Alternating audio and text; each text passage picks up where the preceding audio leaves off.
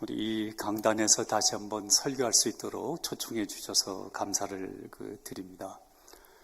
오늘 목사님께서 이렇게 참 성가대 PR을 많이 하신 것 같아요. 이렇게 하시니까 임원 헌신 예배가 아니라 성가대 헌신 예배 같은 기분도 좀 들고요. 근데 아무튼 이렇게 새해에 새로운 일꾼이 세워지고 또 이렇게 하나님의 사역을 감당하게 된다는 것, 하나님께 영광 돌리고 여러분들 모두 귀한 열매를 맺으시기를 간절히 바랍니다. 예담교회라는 이름도 낯설지 않고 친숙하게 이렇게 느껴지고요. 참 좋습니다. 더군다나 예수님을 닮아 세상을 품는 공동체, 상당히 신학적으로나 교회론적으로 볼 때에도 훌륭한 그런 표현이라고 생각을 했습니다. 새해에 여러분들 모두의 믿음의 길이 축복된 길이 되시기를 예수님의 이름으로 축원합니다.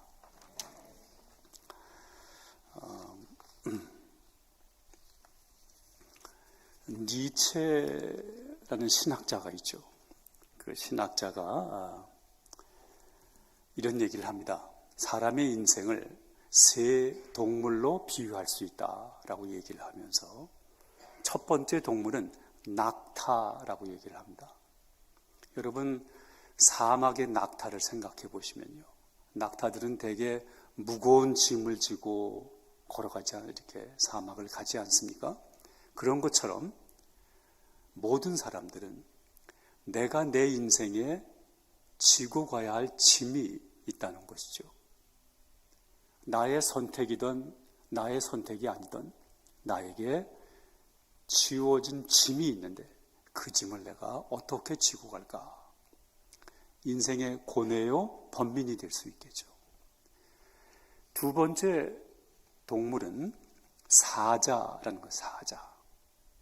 사자는 용과 싸워야 되는데 무슨 얘기냐면은 우리의 삶에 싸움이 있다는 겁니다. 내가 싸워야 될 싸움. 누가 대신 싸워주는 것이 아니라 내가 싸워서 내가 이겨내야 할 싸움이 있다는 것이죠. 그래서 사람은 사자가 된다. 세 번째 동물이 아주 독특한데요. 세 번째 동물이 애기입니다. 애기. 우리가 낙타가 되어서 내 인생의 짐을 헤아리고 또 우리가 사자가 되어서 내가 싸워야 될 싸움을 분별하고 그 다음에는 순진한 애기가 되어서 하나님께 나를 맡길 수 있어야 된다. 그러한 얘기를 니체가 했습니다. 그런데 니체는 사실은 무신론자적인 철학자죠. 그가 제가 보기에는 낙타도 되었고 사자도 되었는데 아마 어린 순진한 아기는 되지 못했던 것 같습니다. 인생을 살다 보면은 이렇게 우리가 낙타처럼 왜 이 짐을 지고 가야 되나? 사자처럼 왜 이렇게 싸워야 하나? 그런 느낌이 들 때도 많이 있습니다. 시편의 말씀을 보시게 되면은 시편의 말씀에 그러한 인간의 번민과 고뇌가 시편 말씀에는 구구절절 담겨져 있습니다. 정직한 언어로 치장하지 않고 솔직한 트랜스페런트한 그러한 언어로 시편은 그러한 인간의 고민과 혼돈을 그대로 다 고백을 합니다. 그것이 시편의 큰 장점이 되어지지 않겠습니까? 오늘 제가 설교의 본문의 말씀으로 시편 139편의 말씀을 선택을 했습니다. 그 이유는 시편 139편은 성 어거스틴의 사상을 잘 들여다볼 수 있는 시편이기 때문에 그 선택을 해보았습니다. 오후에는 또 북카페에서 성 어거스틴 책을 연구하는 모임이 있으니까 좀 이렇게 연결되게 계획을 해보게 된 것입니다. 시편 139편의 1절의 말씀을 보시면요, 이렇게 나옵니다. 여호와여, 주께서 나를 살펴보셨으므로 나를 아시나이다. 자, 주께서 나를 아시나이다. 나를 샅샅이 살펴보셨으므로 나를 아시나이다. 이 말을 원어로 보시면요, 딱 세 글자입니다. 어떻게 나오냐 하면요, 야훼, 여호와 야훼잖아요. 야훼, 그리고 주께서 나를 살펴보셨습니다. 한 단어입니다. 주께서 나를 아셨습니다. 이게 한 단어예요. 아람어 계통의 언어들이 그렇게 이제 표현이 됩니다. 주께서 나를 살펴보셨습니다. 나를 아셨습니다. Oh Lord, you have searched me and you have known me. 그렇게 나옵니다. 여기 보시면요, you라고 그러죠. you라는 단어가 나오죠. 영어에. 이 you라는 단어가 원어에도 충실한 표현입니다. 그런데 우리말 성경에서는요, 당신이 나를 아셨다, 하나님을 당신이라고 표현하는 것을 좀 어렵게 생각을 했습니다. 아마 우리 문화의 언어의 감각상 하나님을 당신이 나를 뭔가 좀 경건하지 않은 듯한 느낌을 가졌던 것 같습니다. 그래서 우리말로 번역을 할 때에는 당신을 주님께서 이렇게 번역을 했는데, 원어에 가까운 것은 당신이 나를 아셨다. 인격적인 관계 안에서 당신이 나를 아셨다. 그렇게 이제 표현을 하는 것이죠. 우리말 성경은 그걸 주님과 나로 바꾸면서 좀 경건함을 강조한 나머지 친밀감은 희생을 시켰다라고 말씀드릴 수 있겠습니다. 아무튼 당신이 나를 살피셨습니다. 당신이 나를 아십니다. 내가 앉고 서는 것, 나의 생각, 나의 가는 길, 나의 모든 행위를 당신이 아십니다. 나의 말을 아십니다. 당신이 내가 나를 아는 것보다 나를 더 잘 아십니다. 6절의 말씀을 보니까 이런 표현이 나옵니다. 이 지식이 너무 기이하다. 그렇게 나와요. Such knowledge is too wonderful for me, too lofty for me to attain. 그렇게 나와요. 이 지식이 너무 기이하니 놀랍고 경이로워서 높아서 숭고해서 내가 미칠 수가 없습니다. 라고 그렇게 표현을 합니다. 나의 모든 것을 아시는 하나님께서 나의 앞뒤를 둘러싸시고 그의 손으로 나를 다스린다는 그 사실이 너무 놀랍고 too wonderful for me, 너무 놀랍고 경이롭다. 그렇게 시편 기자가 고백을 하는 것이죠. 자, 여기서 우리가 중요한 것을 하나 노티스해야 됩니다. 그것이 뭐냐 하면요, 이 시편 기자의 고백을 보니까 내가 하나님을 안다고 고백하는 게 아니죠. 어떻게 고백합니까? 하나님이 나를 아신다라고 고백을 합니다. 자, 그렇다 그러면은 하나님이 나를 아시니까 하나님이 주격이고 내가 목적격이죠. 그죠? 내가 하나님을 안다 그러면은 내가 주격이고 하나님이 목적격인데 바뀌어져 있습니다. 여러분 기도할 때 어떻게 기도를 하십니까? 대부분의 사람들이 기도를 할 때에 내가 주격입니다. 그리고 하나님은 목적격입니다. 하나님, 내가 기도합니다. 나에게 이러한 고난과 이러한 어려움이 닥쳤는데 하나님, 이러한 방법으로 이러한 시간에 이렇게 다가오셔서 내 문제를 해결해 주십시오.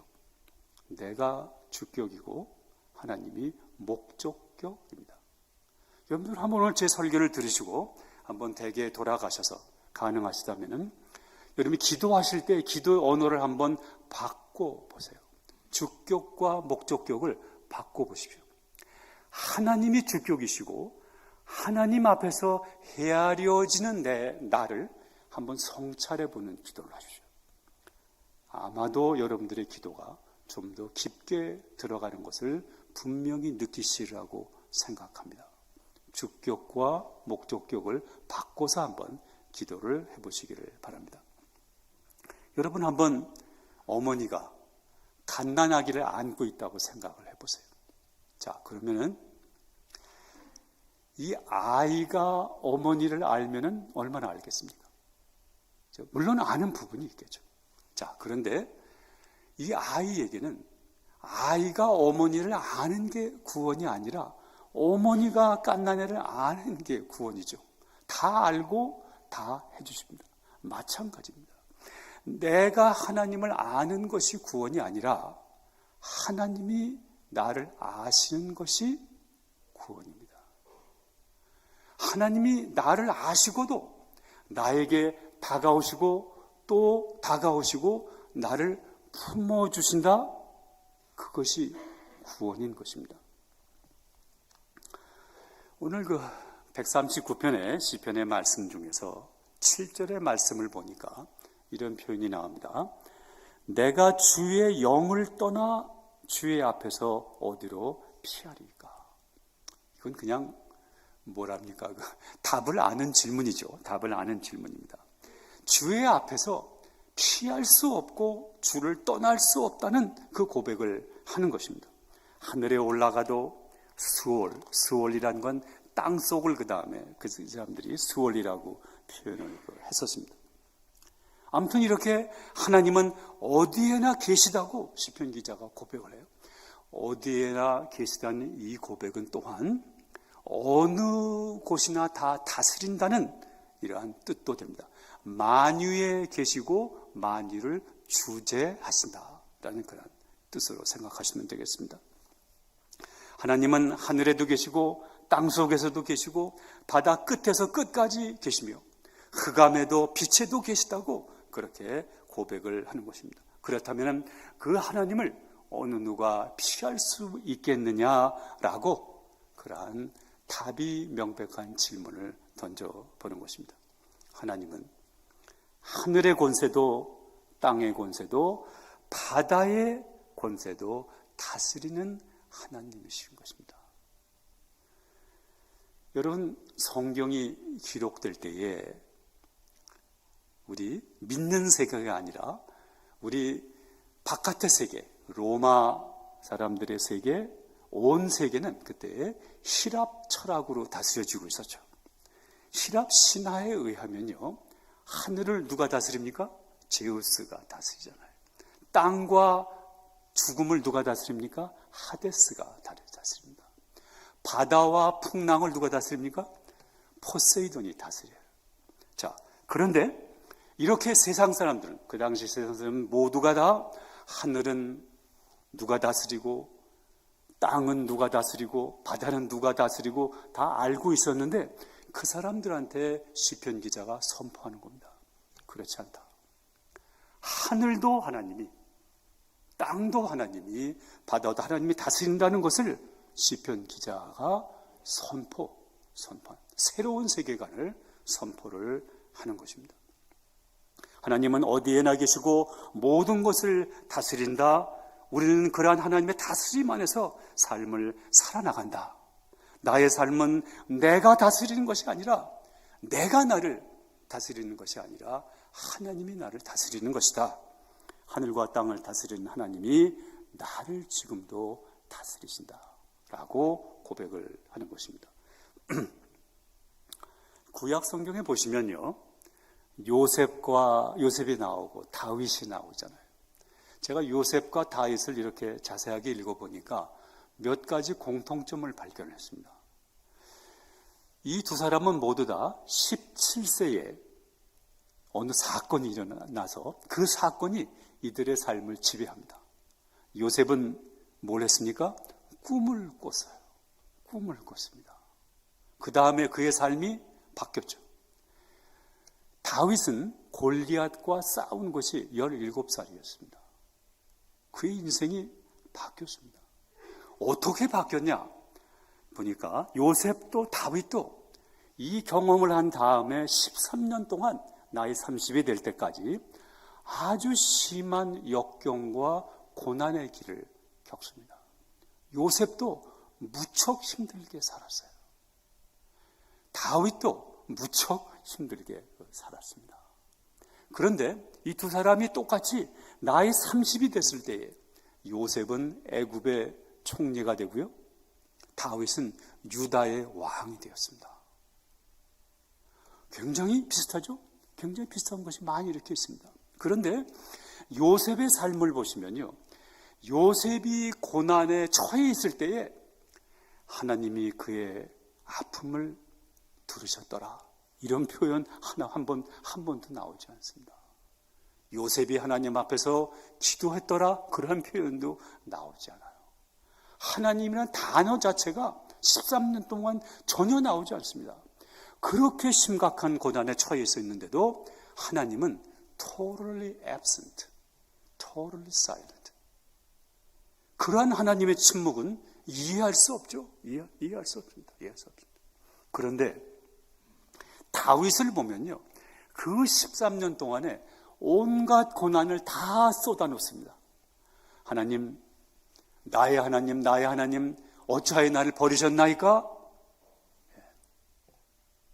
하나님, 역경 중에 나를 돌아보시옵소서. 잠잠치 마옵소서. 나의 적을 물리쳐 주옵소서. 이러한 표현들이 무수하게 시편에 나오는데, 그것이 다윗이 어려웠을 때 그렇게 내뱉은 기도예요. 그것이 그대로 이렇게 시편은 꾸미지 않고 치장하지 않고 그냥 그 말을 다 실어버리는 겁니다. 그것이 시편이 된 것이에요. 제가 몽골에서 지금 선교를 하고 있지 않습니까? 4년째, 만 4년이 거의 이제 끝나가는데요. 선교를 하면서 이런 걸 느낄 때가 있어요. 어떤 답답해지면은, 참 몽골에서는 선교하다 보면 되는 것도 없고 안 되는 것도 없구나, 뭐 이런 생각을 할 때가 이렇게 있습니다. 막힌 걸 느낄 때가 있는 것이죠. 신학교 제가 한번 그러한 심정에 빠질 때가 이렇게 있었었는데, 한 번은 어떠한 그 집사님이 저를 신학교로 찾아오셨어요. 이분이 심승민 전도사님이십니다. 50대 중후반의 연령이신데, 이분이 몽골에 4, 5년 전에 들어오셨어요.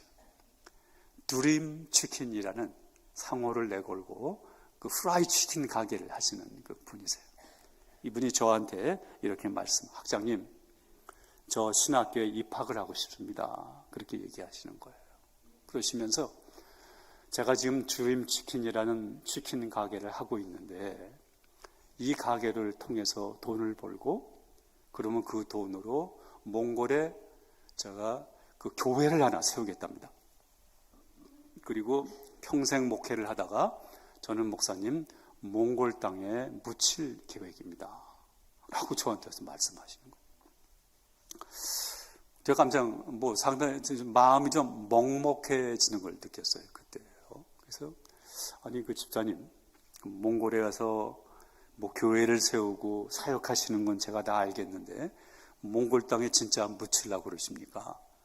나는 캘리포니아에 살고 있는데 나는 가족이 있는 캘리포니아에 묻힐 겁니다, 라고 이분한테 말씀을 드렸죠. 근데 이분한테 감동을 받는 거예요. 제가 그때에 참 뭐가 막히는 걸 많이 느꼈었는데, 이분이 저한테 와서 그런 말씀을 하시고 신학교에 입학을 하시니까 갑자기 모든 게 풀리는 느낌을 받는 거예요. 야, 이런 분이 있구나. 다시 한번 자세를 가다듬게 됐던 그런 경험이 이렇게 있었습니다. 오늘 그 시편 139편에 13절 14절의 말씀을 보니까 이런 말씀이 나옵니다. 여기에서 결론을 맺도록 하겠습니다. 주께서 내 내장을 지으시며 나의 모태에서 나를 만드셨나이다. 그 다음에 내가 주께 감사하오면 나를 지으심이 심히 기묘하심이라. 여기 보시면요, 나를 지으신 것을 내가 보니까 심히 기묘하다라고 나와 있는데요, 영어 성경에 이렇게 나옵니다. I am fearfully and wonderfully made. I am made fearfully and wonderfully. 하나님이 나를 지으신 모습을 보니까 I have fear and I have wonder. 그렇게 고백을 하는 거예요. 하나님께서 나를 특별한 경륜을 따라 나를 창조하셨는데 내가 나를 보니까 나의 안에는 두려운 모습도 있고 특별한 가치가 있어서 소중한 모습도 있더라. 그러한 얘기입니다. 나를 향해서 내가 나를 들여다보니 두려움이 느껴지고 경이로움을 느껴진다라고 그렇게 고백을 하는 거예요. 루돌프 오토라는 신학자가 있습니다. 이분이 이런 얘기를 해요. 사람이 하나님을 향해서 거룩함을 느낀다라고 얘기를 하는데 그 뜻이 뭐냐? 어떤 사람이 하나님, 나는 하나님 앞에 거룩함을 느끼고 엎드립니다 그랬을 때에 그 뜻이 뭐냐는 거예요. 이분은 이렇게 해석을 합니다. 우리가 하나님 앞에 압도당하는 체험을 한다는 거죠. 왜 그렇게 해서 하나님이 너무 크시고 무한하시고 능력이 있고 모든 것을 아시니까 하나님 앞에 서면은 우리는 한없이 작아지죠. 무와 같이 없는 것처럼 압도당하는 체험을 한다는 것입니다. 그런데 거기서 끝나는 것이 아니라 그렇게 압도를 당하면서도 우리는 하나님 앞에 한없이 이끌리는 그러한 하나님께 매력을 느끼게 되는데, 그래서 압도당하면서도 하나님 앞에 걸어갈 수밖에 없는 그것이 거룩함의 체험이라는 것입니다. 자, 그랜 캐년을 처음 보신 분들 어떤 체험하십니까? 그런 체험, 압도당하는 체험입니다. 바닷가에서 석양과 저녁 하늘을 바라볼 때에 아름다움에 도취가 된다. 우리의 감각이 압도당하는 체험을 하는 것이죠. 마틴 루터가 길을 걸어가다가 지척에 떨어진 벼락을 보고 하나님을 고백을 했어요. 압도당하는 그러한 고백을 하는 겁니다. 압도당하지만은 나를 사랑하신 하나님께 한없이 끌려갈 수밖에 없는 그것이 거룩함의 체험이라는 거예요. 성경에서 이렇게 하나님 앞에 압도당하는 체험을 지독하게 한 사람이 있다면 누굴까요? 뭐 해석의 차이가 있겠지만요, 제 해석에는 욥이 아닐까 생각을 합니다. 욥이 얼마나 고난이 많았습니까? 그 이루 말로 설명할 수 없는, he didn't even deserve it. 그러한 어려운 그러한 고난이 너무나 많았지 않습니까? 그의 친구들이 찾아왔는데 그의 친구들이 고통을 위로해주는 친구가 아니라 고통의 적이 돼버린 그런 체험도 많이 하지 않습니까? 그런데 그렇게 하나님 앞에 철저하게 압도당했던 욥이 이 모든 시련이 지난 다음 하나님 앞에 뭐라고 고백을 했습니까? 욥기 42장 5절에 보니까 내가 주께 대하여 귀로 듣기만 하였사오나 이제는 내가 눈으로도 당신을 봅니다. 귀로만 들었었는데 이제는 당신에 대한 나의 감각이 존재가 더 열려졌습니다. 눈으로도 볼 수 있게 되었습니다. 고백을 하는 거예요. 압도당하지만 끌려가는, 여러분들도 마찬가지실 겁니다. 크신 하나님 앞에 작아질 수밖에 없잖아요. 그러나 그분이 우리를 향한 보배로운 생각이 많다. 시편 기자가 고백을 하는데 하나님 앞에 끌려가게 또 되는 것입니다. 하버드 대학에 가시면요, 철학과 건물이 있습니다. 에머슨 홀이라고 철학과 건물이 있는데 거기 현판이 이렇게 앞에 새겨져 있어요. 철학과 건물이니까 좀 철학적인 무언가가 있어야겠죠. 뭐라고 써 있냐면요, 시편 8편 4절의 말씀이 기록이 되어 있는데 What is man that thou art mindful of him. 그 구절이 올려가 있어요. 사람이 무엇이간데 주께서 저를 생각하시나이까. 사람이 무엇이간데 주께서 저를 생각하시나이까. 정말 그렇지 않습니까? 사람이 무엇입니까? 하나님 앞에 정말 작은 존재 아닙니까? 어떤 때는 사람들은 내가 나를 버리기도 하는 존재 아닙니까? 생각 속에서, 어려움 속에서. 근데 하나님이 우리를 생각하신다는 거예요. They're mindful of you. 하나님이 우리를 그렇게 생각하십니다. 사람이 무엇이간데 주께서 저를 생각하시며 인자가 무엇이간데 주께서 저를 권고하시나이까. 8장 4절을 다 읽으면 그렇게 나와요. 여기 보면요, 사람이란 말이 나오고 인자란 말이 나오죠. 사람은 원어로 에노시, 인자는 아담입니다. 아담. 성경에 보시면요, 이 인간을 표현할 때에 인간이 죄가 많다, 허물이 많다, 또 멸절성, 죽을 수밖에 없는 인간이다, 이런 말 할 때는 에노시라고 나와요.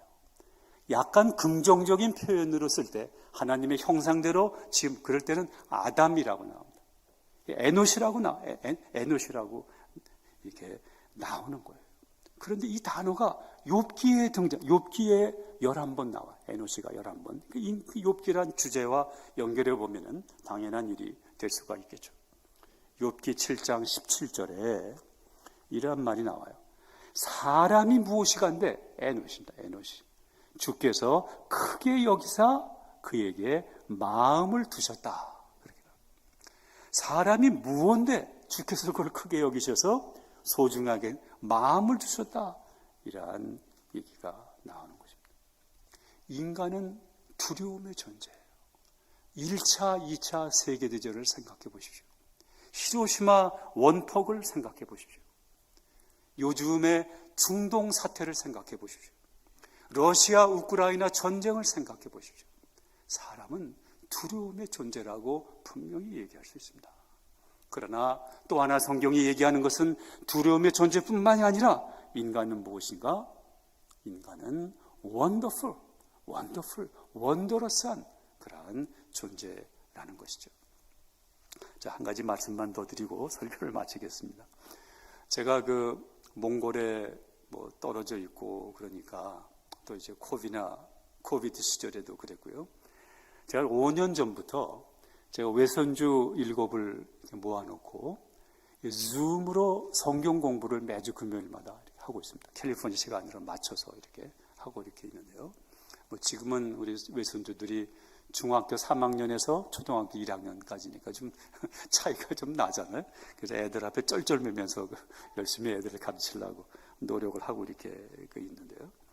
아이들이 한 번은 저한테 질문을 합니다.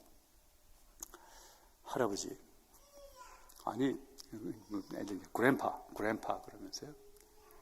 팔레스타인에서 전쟁이 계속되고 있고 많은 사람들이 죽고 심지어는 애기들도 죽고 그러는데 What is going on there? Why is this happening? 그러면서 물어보는 거. 근데 왜냐면 우리 아이들이 나가는 학교에 유대인 친구들이 많이 있으니까 더군다나 이제 그러한 관심이 생긴 거예요.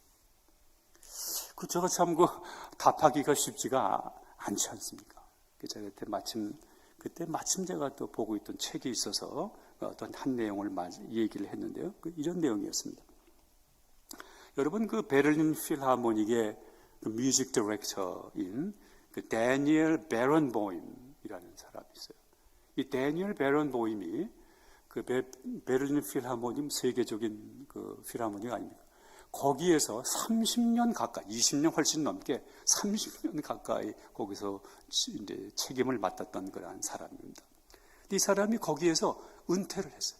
은퇴를 하면서도 그가 맡고 있는 그거보다 훨씬 명예롭지도 않고 자그마한 필하모닉이 있었는데 그거는 은퇴를 안 하고 지금도 그걸 하고 있습니다. 그 필하모닉이 뭐냐면요. West Eastern Divan Orchestra.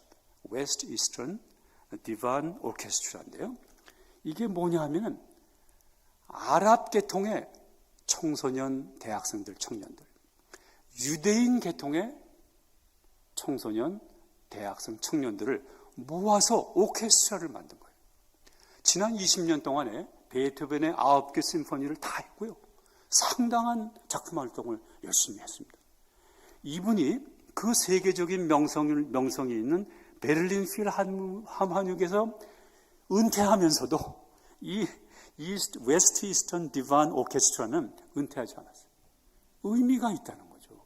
의미가 있다는 거죠. 제가 우리 손주들한테 그 얘기를 했습니다. 그러면서 물론 한쪽에서는 유대인과 팔레스타인이 미워하고 죽이고 전쟁하고 있다. 그러나 그 가운데서 이란 오케스트라가 있고 이 오케스트라 안에서는 유대인, 아랍, 청년들이 함께 모여서 화음을 내고 있다. 그것이 아름답고 귀한 일이다. 그러니까 너희들도 왜 전쟁이 있냐는 질문도 해야겠지만은 그걸 넘어서서 그렇게 서로 대화할 수 있는 더 중요한 거다. 이런 식의 대답을 한 그러한 기억이 이렇게 납니다. 여러분, 사람은 여러분과 저도 마찬가지죠. 우리는 모두 We are fearfully and wonderfully made. 우리 안에 있는 이 fear, 무서움 때문에 우리는 겸손하게 기도해야겠죠. 그리고 이 wonder, 경이로움 때문에 하나님 앞에 날마다 세워지고 나아갈 줄도 이렇게 믿습니다. 자, 우리 같이 기도하시겠습니다. 하나님, 내 안을 보니 두려움이 있습니다. 어두움이 있습니다. 폭력이 있습니다. 또 나의 마음을 들여다보니 내 안에 빛이 있습니다. 소망이 있습니다. 하나로운 하나님의 경이로운 목적이 있습니다. 추구해 나갈 수 있도록 도와주시옵소서. 예수님의 귀하신 이름으로 기도하옵나이다. 아멘.